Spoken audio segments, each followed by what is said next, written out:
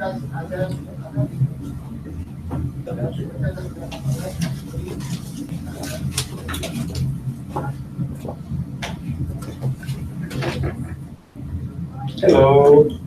how are you doing? So it's 7 and it's about time for us to start our meeting. And as usual, every second Monday of the month, we have our English meeting. And tonight is that Monday of the month. So we're going to have our meeting in English tonight. So as usual, and as we always do at our meetings, not as a ritual, but as a form of focusing more and concentrating more and asking for guidance from the Spirit benefactors that always surround us. We like to start our meetings always with a prayer, raising our thoughts to our dear Father God, to our dear Master Jesus, and also remembering the good spirits who are always surrounding our spirit centers in our lives. We would like to say, dear God, creator of the universe and benefactor of all our hearts, we would like to thank you once again for allowing us to be alive, to be here on earth once more, for us to learn, to grow, and to evolve, progressing towards the main goal of all lives, which is to learn how to love and how to serve. We would like to ask that your blessings fall upon us tonight, not only through our ears, but also in our hearts, so that we can feel your love, we can feel your presence within us, and allow us to understand the teachings so that we can, once more, learn how to practice your laws of love and of compassion. So may your love and your peace be upon us, not only now, but always. So be it.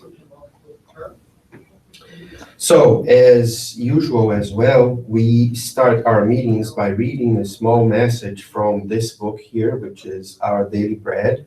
And this book was written, spiritually written by the Spirit Emmanuel, and was written through the psychography of the Brazilian medium Francisco Cândido Xavier, or as he is more well known as Chico Xavier. And the message that we're going to read tonight is a message from chapter 89. And the message is entitled The Beatitudes, as I said, chapter number 89. And what Emmanuel does in this book is he gets a small passage from the Gospels, or from the letters of Paul, or from the Acts of the Apostles, and then he takes that small verse, copies it, and then he makes a comment on that message, on that small verse. And tonight, he didn't choose tonight. We are following the sequence of the book. So last we had chapter 88, now we're on 89, next month we're going to be on 90. So tonight we're reading chapter 89 and the title is The Beatitudes, as I already said. And Jesus, in this passage, talking about the Beatitudes on his gospel, took note on verse 22 of chapter number 6. And Jesus said, "Blessed are you when men hate you, when they exclude you, harm you, and reject your name as evil on account of the Son of Man." Jesus that said, and Emmanuel makes the following comment. The problem of the Beatitudes requires serious thought before it can be seen as a resolved issue in the area of understanding. Jesus confers the credential of blessedness on followers who share in his afflictions and service. Nevertheless, we must point out that the Master regards sacrifice and suffering as instructive and redemptive blessings. Thus, it is crucial to be able to accept them. This or that person will be blessed for having brought goodness into the midst of material poverty, for finding happiness in simplicity and peace, and for knowing how to maintain a durable and divine hope in his or her heart. But what does sincere adherence to the sacred obligations of such a designation entail?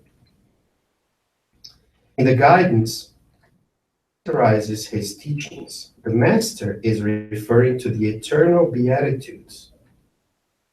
There are few who approach them with the full understanding of someone who is approaching an immense treasure.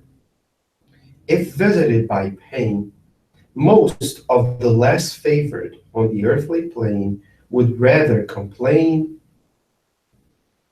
If invited to demonstrate self-denial, they make improper demands.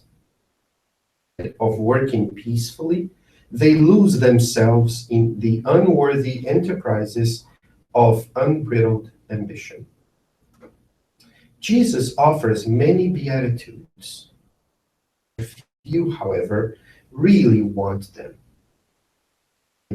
There are many poor and afflicted people who are in dire need in the world, but who are not yet blessed.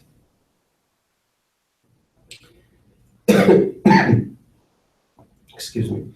This message is one of those messages by Emmanuel that if we have the habit of reading this book, here and there we will find some messages that are, I'd say, harder to understand than others. And this is one of them. Why is that so? First of all, because he goes deeper than usual in the teaching. And for us to make a comparison, it is as if we are used to make, like, add numbers. 2 plus 3, 3 plus 4, 4 plus 5, and then we are used to do that. But then all of a sudden, in the middle of the book, there is an addition of 1,356 plus 1,300,500, and blah, blah, blah. And we get to that point and say, hey, oh, look, I'm not going to be able to do this quickly. I have to spend more time doing it. Because, if it's a simple numbers, 2-digit numbers, then it's easy for us to look at them and then make the sum there, and then, oh, this is 155. But if it's like numbers in the millions or billions, once we start adding them up, we will forget what we just started to do. So we have to really take notes and oh, this number goes here, this number goes here, and then we start noting the numbers or writing the numbers down so that we don't forget those numbers. This message is one of those messages that Emmanuel really, really, really is making us go deeper in what Jesus is trying to say. It's not that it's complicated, it's just that we are not to going that deep. But I have one more thing to say about it before I go into the message itself. As humans, as human beings, as men and women, we are still in the age of complaining, of not doing what is necessary for us to do, and not following the teachings of Jesus. Therefore, when we find a teaching that is really, really hard for us to follow, we tend to dismiss it. Oh no, I'll do this later. This is so hard, I'm not going to do it now. This is very difficult, I'm leaving it for later. Only tomorrow, or oh no, I'll leave it for my next life.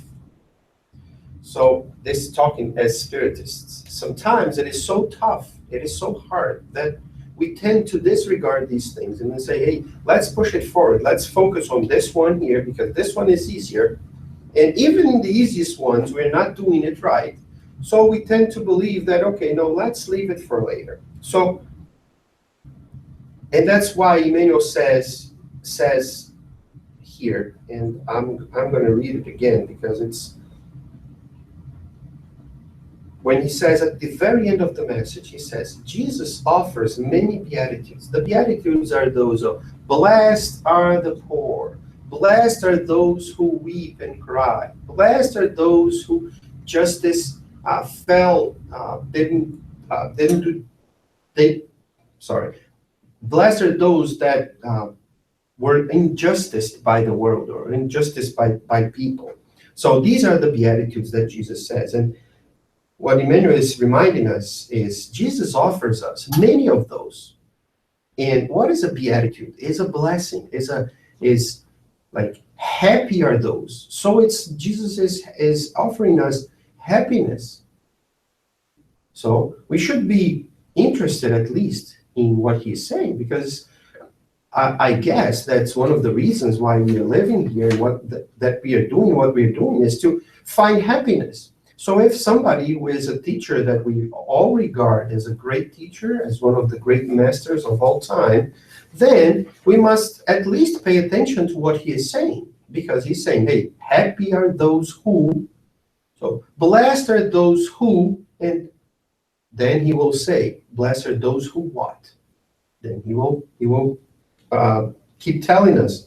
And that is why it's hard to follow the Beatitudes, because he says, and I'm going to read, I started from the end, now I'm going to go back to the beginning, so I'll go back to the end again. So he says, and Jesus is saying, blessed are you, so he's saying, happy are you, you are happy, you will be happy when men hate you. What? Jesus is telling me that I'm going to be happy when men hate me? When people hate me? Then he goes on, when they exclude you, when they remove you from what you're doing, when they harm you, when they physically or verbally harm you, and reject your name as a name of bad things, of evil things, on account of what I am saying. So he is saying, blessed are you. You will be happy when people hate you, when people exclude you from their circles because of me. So Jesus is telling us that we will be happy when, because of what I am, following Jesus, people will hate me. And people will say bad things about me. So that's when I'm going to be happy. It doesn't sound like a happy place to be.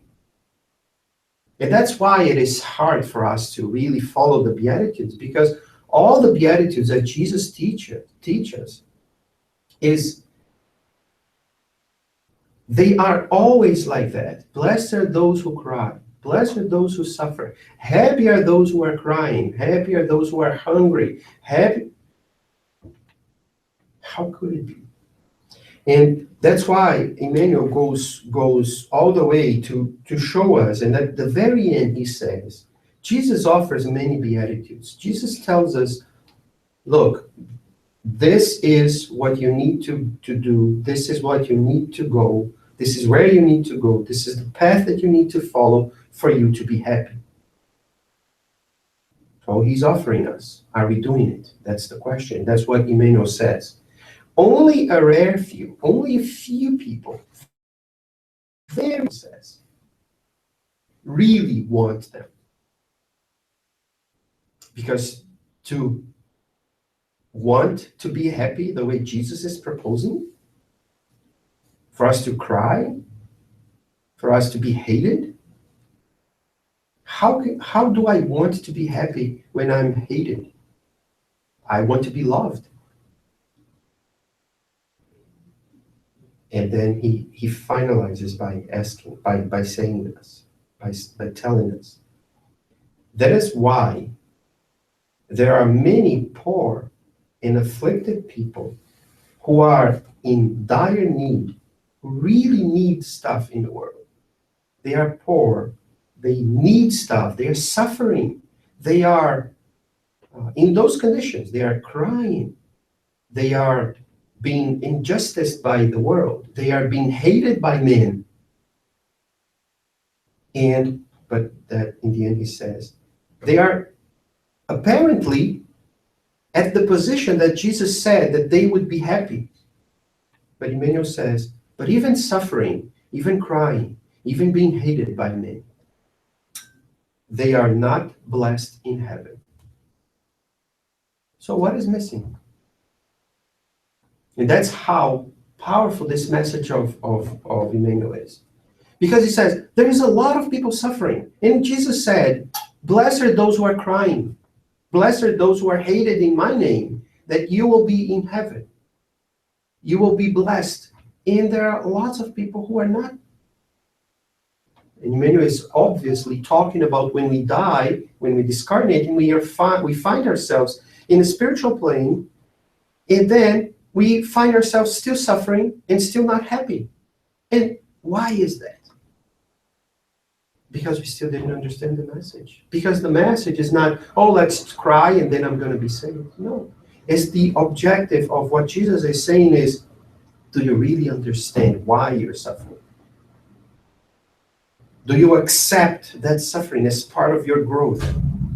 Or are you there just receiving the harm and complaining all the time? Two students, as an example for us to finish the idea. Two students are at the same classroom, having the same teacher, and they have to do the same test, they have to do the same projects. Both of them will be suffering because they are under the same type of pressure, because they need to pass, they need to go forward. But one, instead of study and focus on his work and understand that suffering, that pressure is for his own good, but he needs to work on that and put up with the situation and follow through and grow on that. The other one, while one is doing this, the other one is complaining, the teacher is bad, these things are too heavy, these things are too dark, these things are too hard, difficult, and they keep complaining and complaining and complaining, and then one passes and the other one doesn't pass. So one goes ahead and the other one doesn't go ahead. And then when one doesn't go ahead, he cannot pass the test, cannot pass the exam, what will he say? Oh, the teacher was terrible. The discipline was horrible. It was terrible for me to study that. And while the other one may say, oh, the teacher was not that good, but see, I made an effort. I studied, I did what I needed to do. And now I'm here, I passed, and because of the hardships, I was really able to understand it, and now I can do it. And now, maybe one day, I'll be able to help others who are in the same difficult situations that I was in the past. But it's up to us to really get and understand what Jesus is trying to teach us when he's blessing us. And he's saying, blessed are those who are hated in my name, because theirs is the kingdom of heaven. But how is that?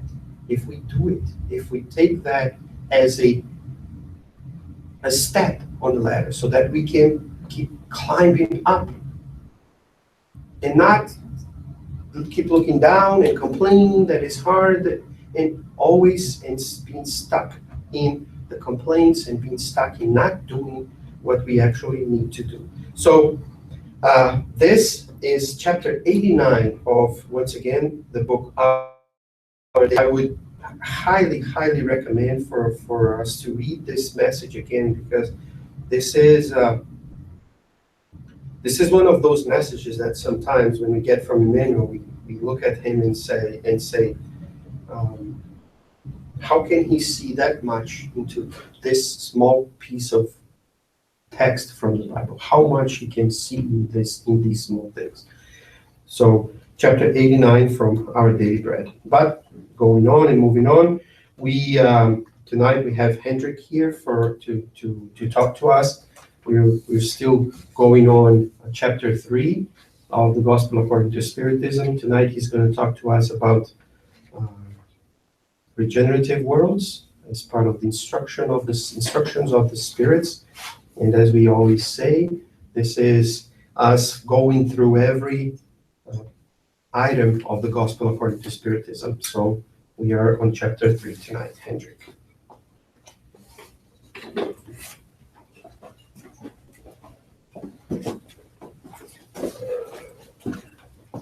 Thank you. Good evening, everyone. Thank you for coming. May God continue to bless us and to be with us this evening. I'd like to hope to get some inspiration, and hopefully the conversation that we will have today be helpful to some of us. As usual, we say that when we're asked to talk about a topic here, it actually helps us more because we kind of have to learn it before we talk about it, or make sure to brush up on the learning of things that we already know and find out new things about themes that we thought we knew.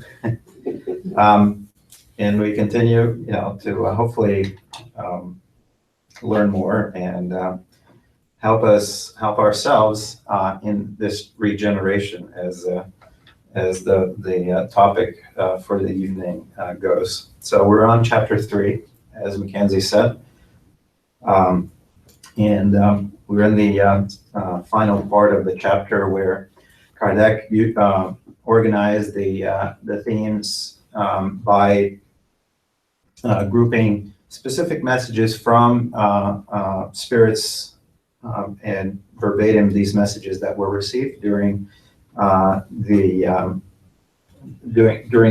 studies that led to writing these books. And so tonight's message actually is from us, the spirit that called himself St. Augustine. And the message is from 1862 in Paris. And it's a very interesting topic. Recently in the last I don't know, 5 years, or a few years at least, in the general conversations in Spiritism, a lot has been said about transition to a new world, to a regenerating world, transition from where we are to where we're going. And so it's always nice to study and to go back to what started this whole the definition of these different worlds. As we can say, as we can imagine, I think last time I was here, I talked a little bit about, I gave the example of the rainbow, right? Which we have a simple one here. How many colors we have? We actually got 5 colors, which is interesting. And we have, and in the Gospel according to Spiritism and the Spiritist books in general, there's this definition, separation of the worlds that are inhabited by spirits into 5 different categories. And, they start with primitive worlds, where spirits that are recently created, as, how do they put it in English? I think, I forget how it got translated, but, young spirits, simple, ignorant, for lack of a better word. That's where, those spirits go to.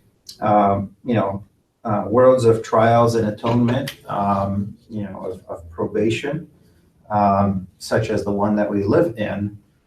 I think last month, that was the topic that was discussed, was the worlds of trials and atonement. And then the regenerating worlds, where we're going from a world like the one we live today, where evil is pretty much a part of daily lives, and we move into evil is still a part of our lives, but it's not, it doesn't drive the entire world as it once did in a world of probation and atonement like we currently inhabit. And then after that, there are the happy worlds, and then the divine worlds where where good really outweighs evil in the happy worlds, and the divine worlds where spirits of similar levels to the one of Jesus Christ, for example, tend to gather around, and not a lot. Pretty far away from where we are right now, I guess it would be a good way to put it. But, we look in this general 5 categories, and we look at, first off, we're in this secondary category. We're not really doing that well, right? I mean, out of 5 groups, say we started right here, right? We're the yellow, right? There's a purple over there. Let's call the purple our divine world. The happy is the blue, but we're kind of in the yellow zone here, where we've passed, the beginning of our world, or the growing of our world from being primitive. We're really, we transit. The creatures that became our ancestors were really driven solely by their desires and instincts, and we were evolving, and we further evolved into what we are today. Over many thousands and thousands of years.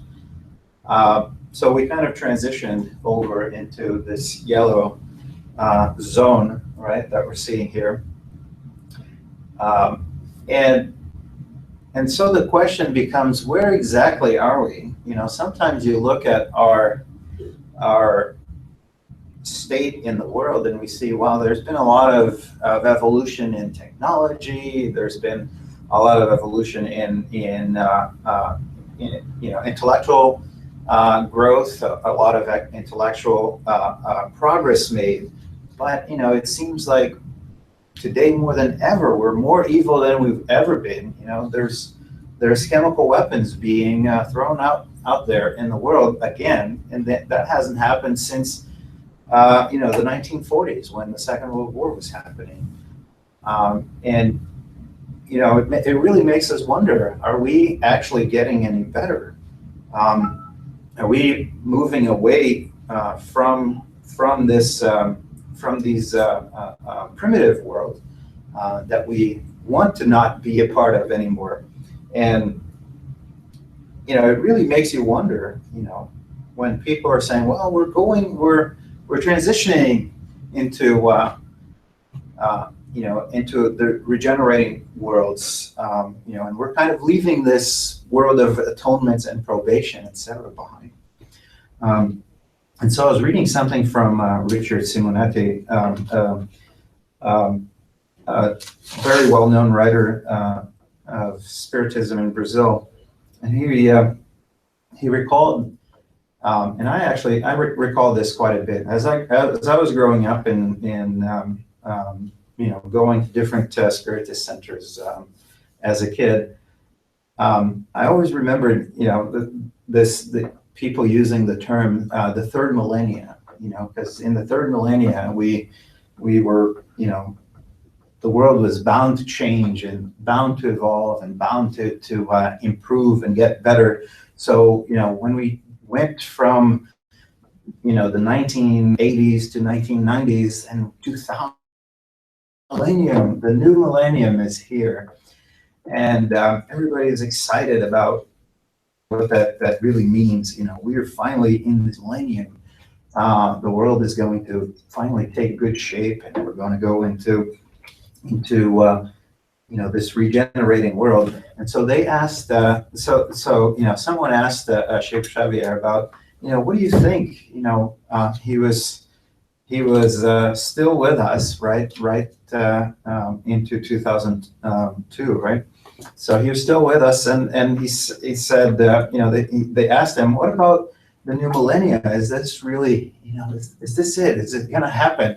And he said, sure, it's still very possible. You just have to remember that there's 1,000 years in right? So there's a lot to happen still, right? We're 17 years into 1,000 years, so a lot can happen still, right?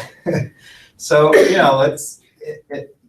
have to put these things in perspective because, we look at Jesus was here about 2,000 or so years ago, and a lot has changed, and obviously we have evolved intellectually, and the power of communication and exchange of ideas today is greater than it has ever been, and for thousands of years, for many centuries, people couldn't even get access to read anything, and now you have it on your phone, and you can see what's going on, across the world at an instance. And so it's bound to affect the way we interact with each other and the way we will grow with each other. It does not, however, guarantee that we will, from just because we turned the millennium, just because somebody decreed that all of a sudden we will have this world peace, which we all really aspire to. I guess from the earliest days to today, we talk about we would love to see world peace, right? Every year around New Year's, everybody, that's all you talk about. Christmas, New Year's, world peace, it's coming, it's this year, right? We just made our resolution, it's world peace, and again, and it's December and January, world peace, and yet another year goes by and world peace, but we all want that. We all are looking for world peace. However, we still seem to struggle with how we're going to achieve that, and so you really have to question this idea of when exactly when is that coming, right? And so we go and we read a book by Divaldo that says, well, we're already in transition, and then you read another book that says, well, we are in transition, but we've been in transition for 4,000 years, and it's hard to pinpoint because really maybe we're just not asking the right question, right? Are we going to become a regenerating world at some point? The answer is yes. It's when is that point? It's really what doesn't really apply, and there's no real need for an answer to that at that point. And I think that's what I'm, one of the ideas that I wanted to try to get to here. So we're talking about regenerating worlds. Mackenzie, can you turn on that slide that I had there, please? So talking about it, and I like, I'm very caught up with, I get caught up on definitions very much so, and I think the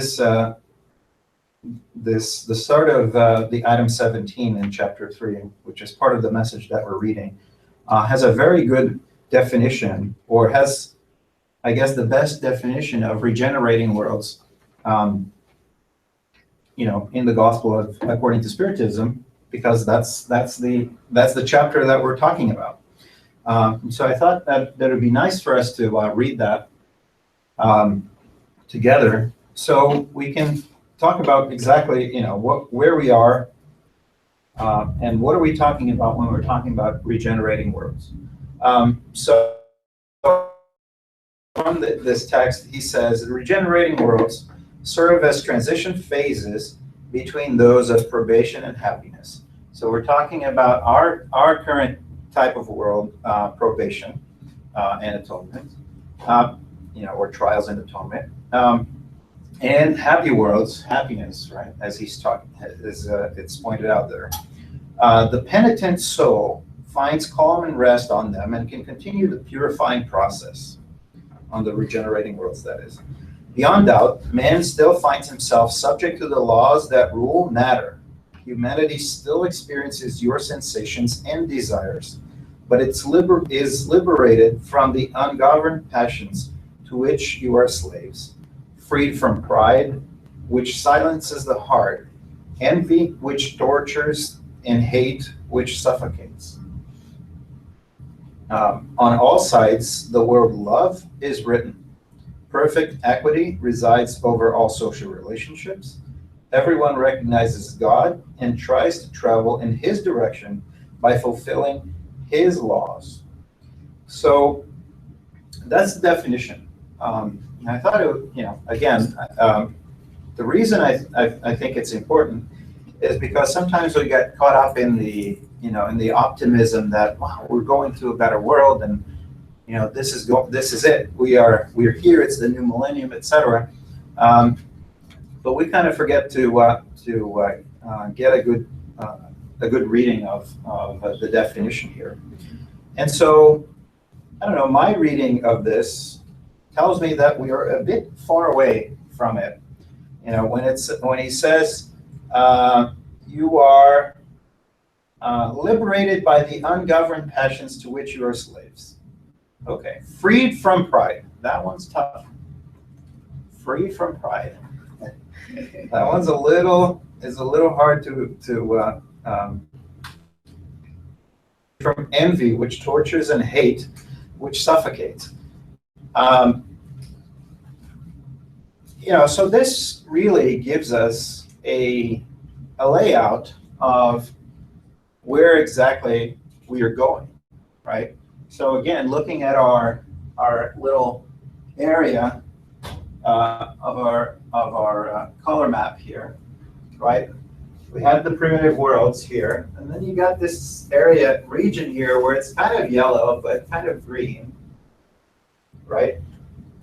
But think about this being spread a lot more, and this is the way I picture the change. Is when you're going from yellow, to red. There's not a sharp line right here, right? Even in this picture, there isn't a sharp line. So there's got to be there's this point where you're going from one to the other. And really, if you think about it, is the question of how long will it take to go from here, where you're clearly yellow, to here, where you're in a vivid red. And I think that's the tough question to answer, right? We're talking about, we played a little bit with the words millennium because, that's, we like to be hopeful. We like optimism. Optimism is important for our lives.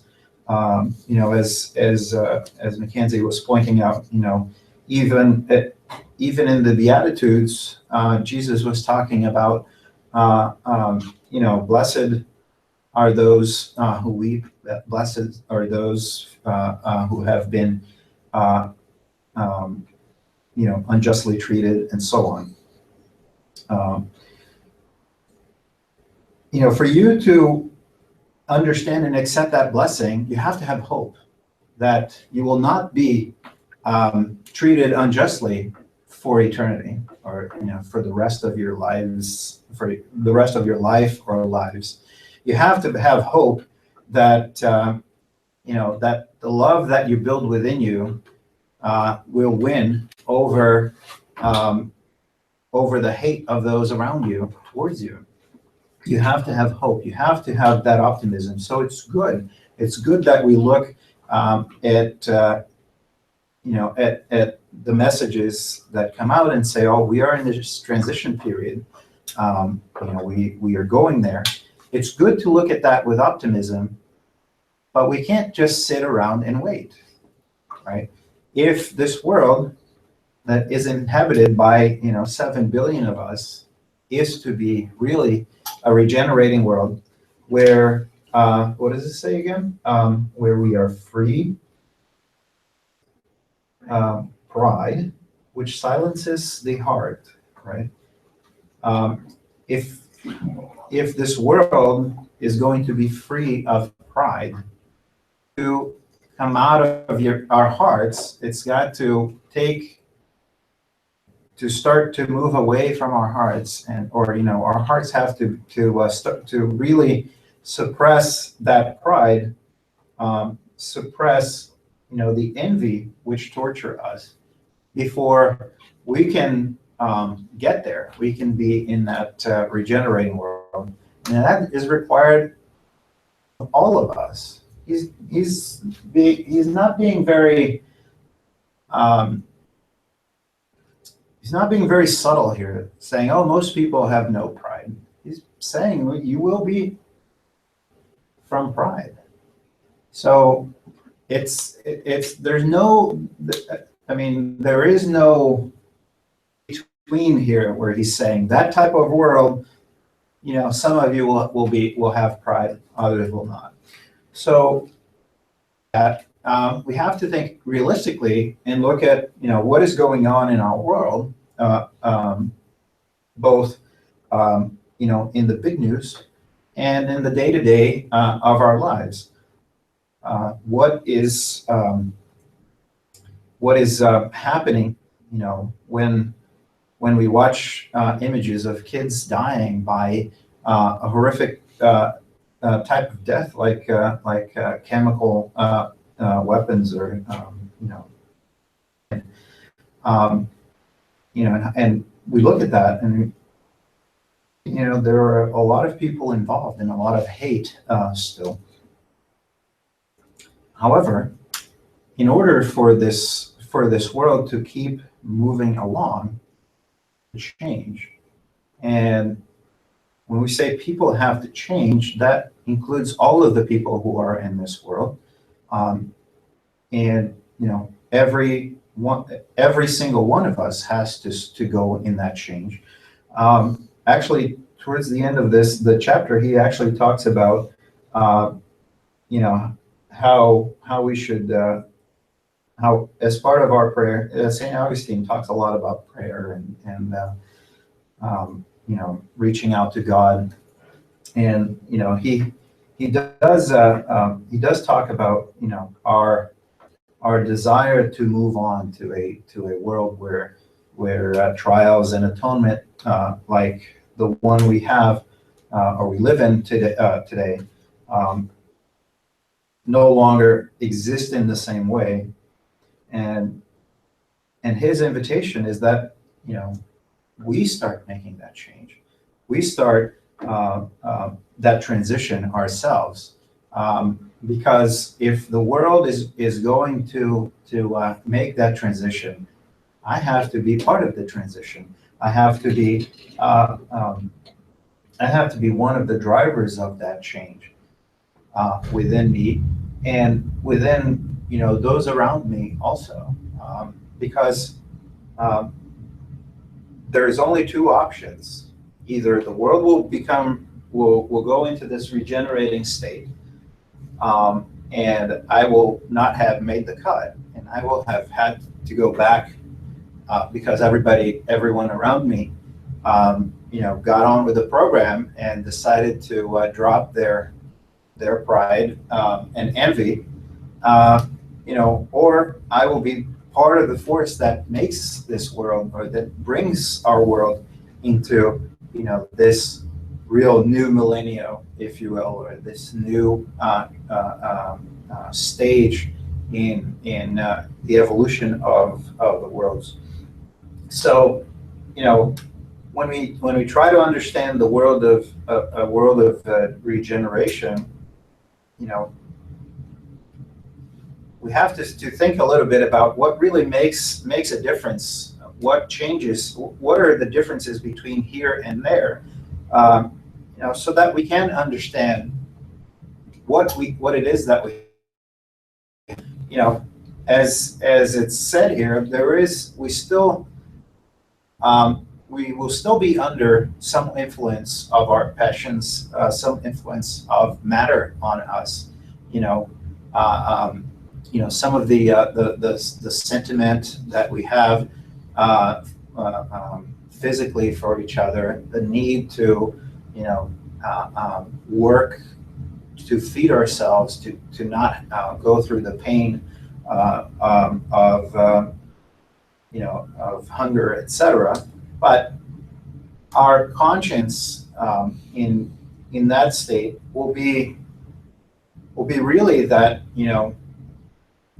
there are a lot of things that I need to work on to improve myself. So using Mackenzie's example of students, where if you're in sixth grade, eighth grade, 10th grade, you have a teacher telling you, this is how you're going to do it, this is what I need you to do, come up with a project and build your prototype or whatever, and this is, you got 3 weeks to do it, and then we'll take the time and do the work, and others will not really follow that, and then we'll blame the teacher, we'll blame the school, we'll blame the situation, and the other will say, okay, well, I mean, it was a lot of pain, but I can see it was worth it, or it will be worth it for me at some point.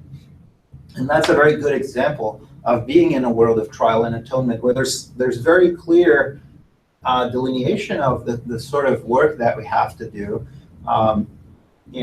There's we know a very clear path of I have to do this to get that, to get over there, to go from here to over there.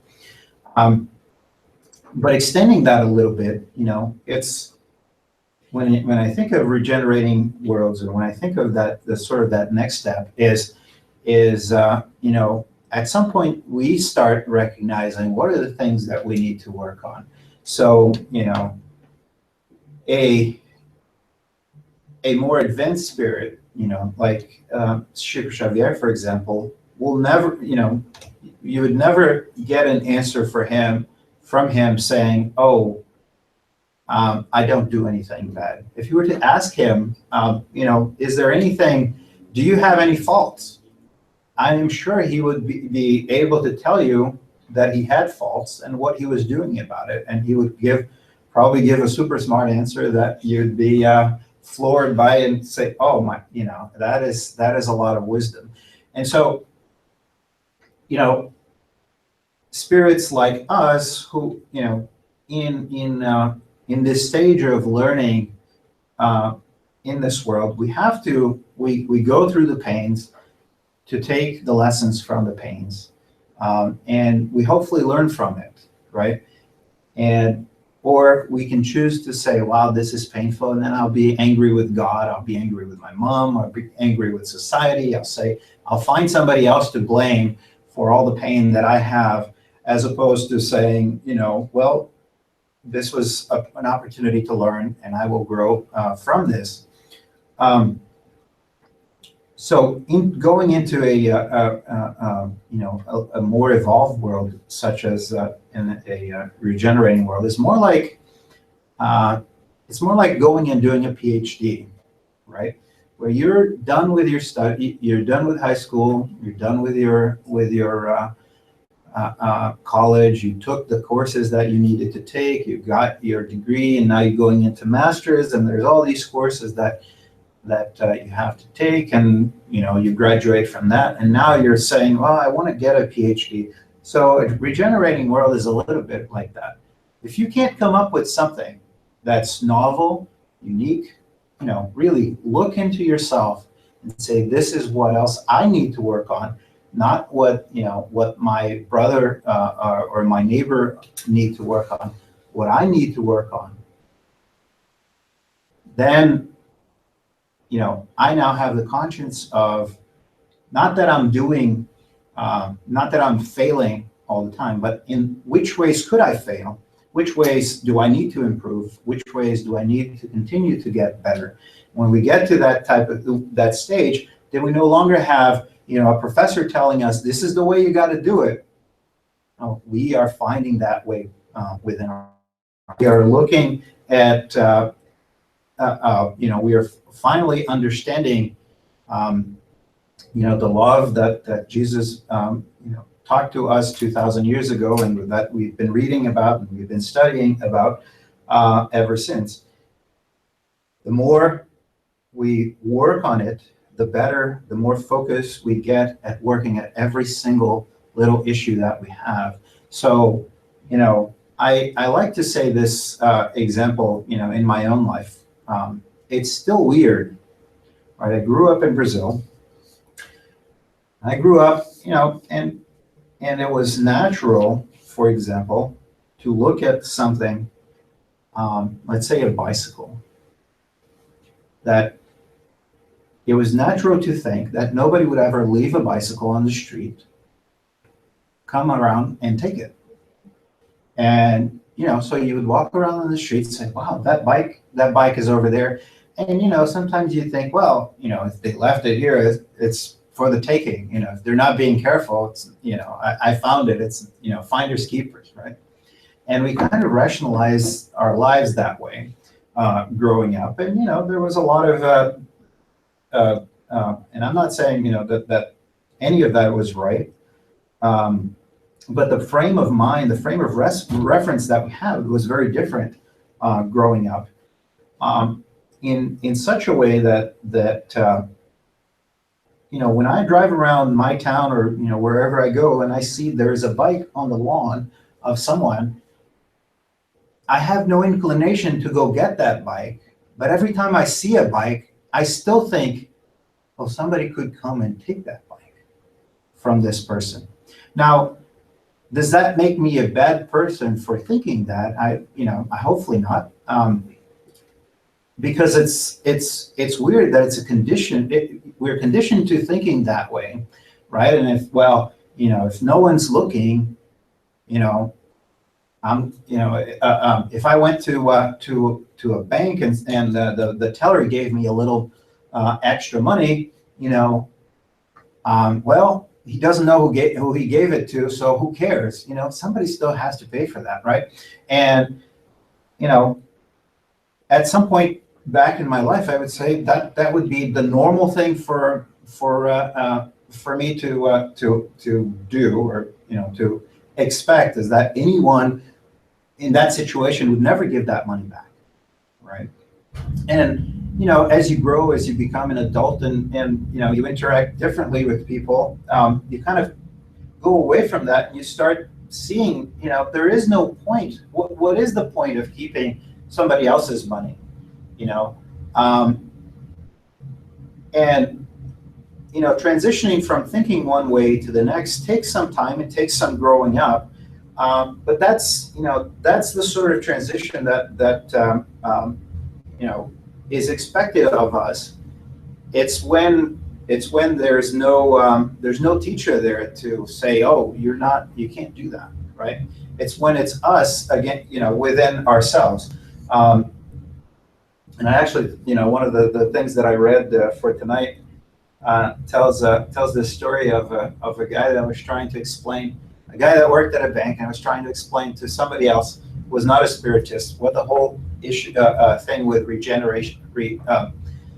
regenerating worlds, or regenerating spirits, and spirits in expiation, sort of still paying for their debts. And it goes that this guy was not.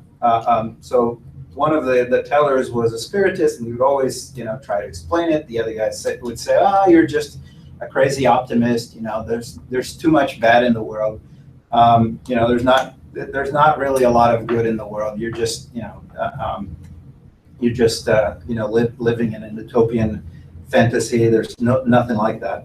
And one day, this guy he goes and comes towards the end of the day, and he comes to his friend and says, and like he's all pale and like no blood in his face, and says, "I've lost about 6 months worth of my paychecks.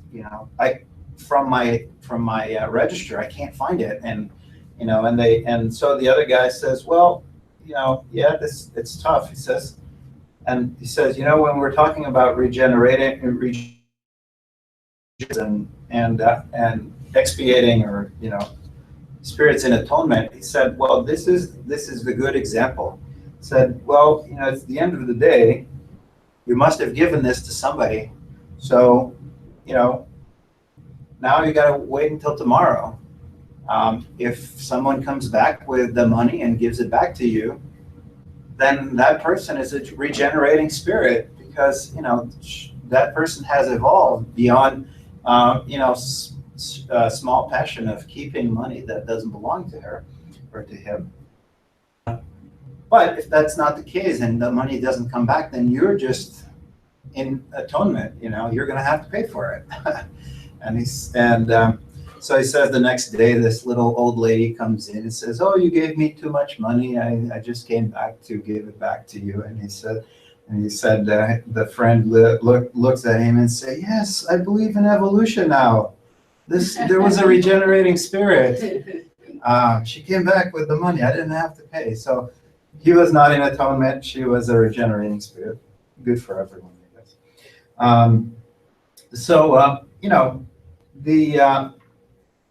But I mean, going back then to just try to close off here. The idea of transition.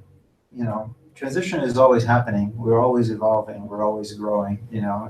As Simonetti says here, if I leave here and I start walking, to Florida, for example, he uses cities in Brazil in his text. But if I were to walk from here to Florida, one day I'd get to Florida. I don't know how long it would take. One day I'd get there, but at some point I would no longer be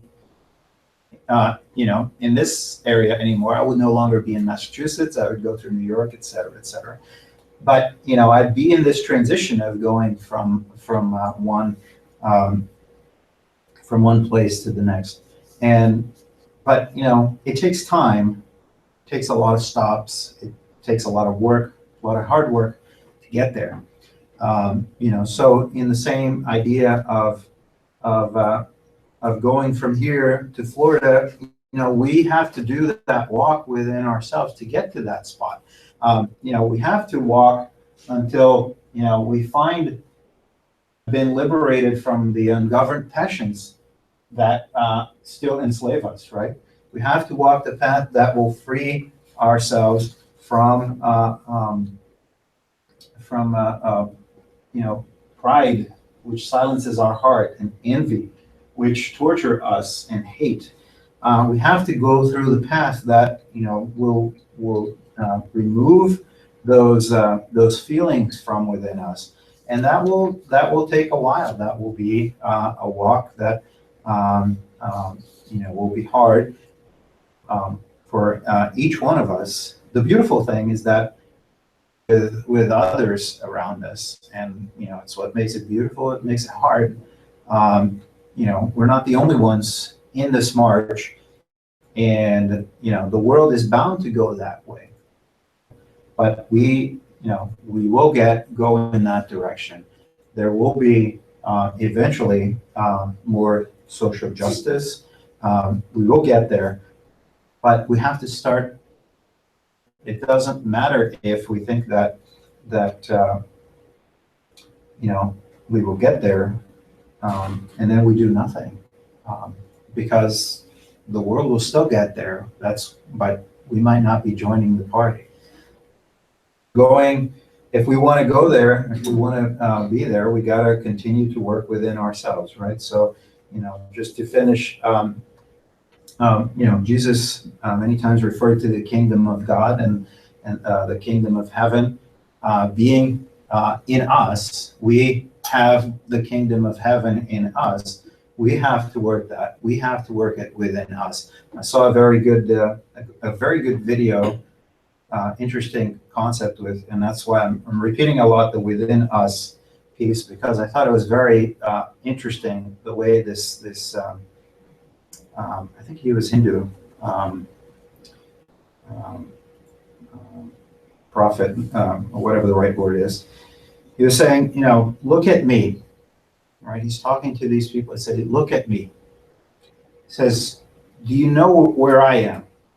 Can you know where I am? Can you point to where I am? And he has people point to him. He says, no, I'm not here where you see me. You don't even see me here.